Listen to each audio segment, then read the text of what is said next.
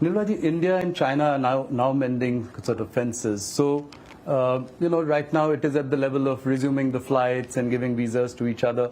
But what could be the next steps? How could we make the Chinese markets more accessible to Indian, Indian companies? There is, of course, a huge deficit of $100 billion here. So how do we do that? I mean, what are the next steps? There's just a lot of work to be done in that area. There's no hiding it. We need to have trade conversations, market access conversations, non-tariff barrier conversations with the Chinese. Unless we do that, and unless there is a true engagement and not a procrastinating engagement, you may talk as much as you want on these issues. I've done it myself.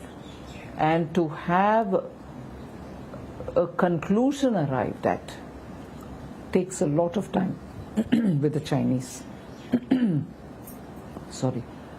Market access is something which has not been realized despite our almost a decade-long engagement with the Chinese. In between, everything had come to a halt.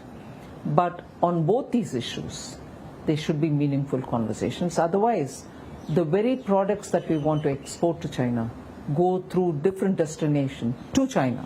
But why can't it go directly? Yeah. And will it also be reciprocal? I mean, Press Note 3 prevents investments from China to India. So would you look at, doing something about that as well? As it is, I think in one or two cases, particular cases, we have relaxed some of them. And in those sectors where their technology has come in, and the technicians and also the experts had to come to actually see the projects through, we've not allowed these experts to come. That has now changed.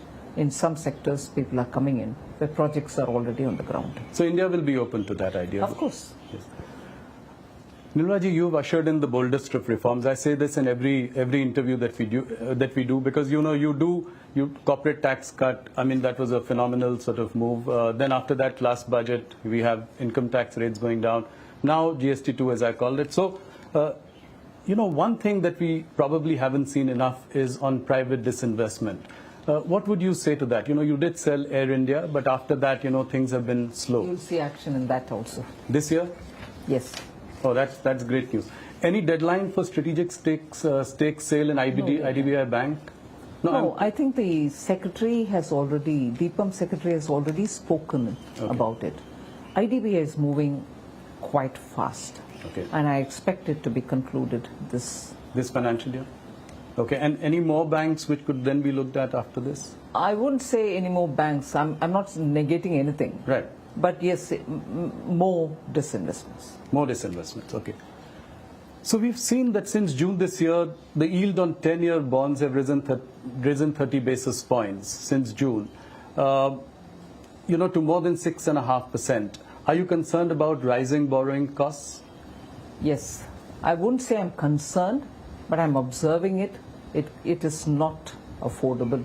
And also at a time when interest rates are otherwise low, yes, bond yields becoming unsustainably high has a big bearing on the government. Not just our union government, states are also up against odds in getting affordable, Also your fiscal math? My fiscal math is as of now absolutely of course, fine. Yeah.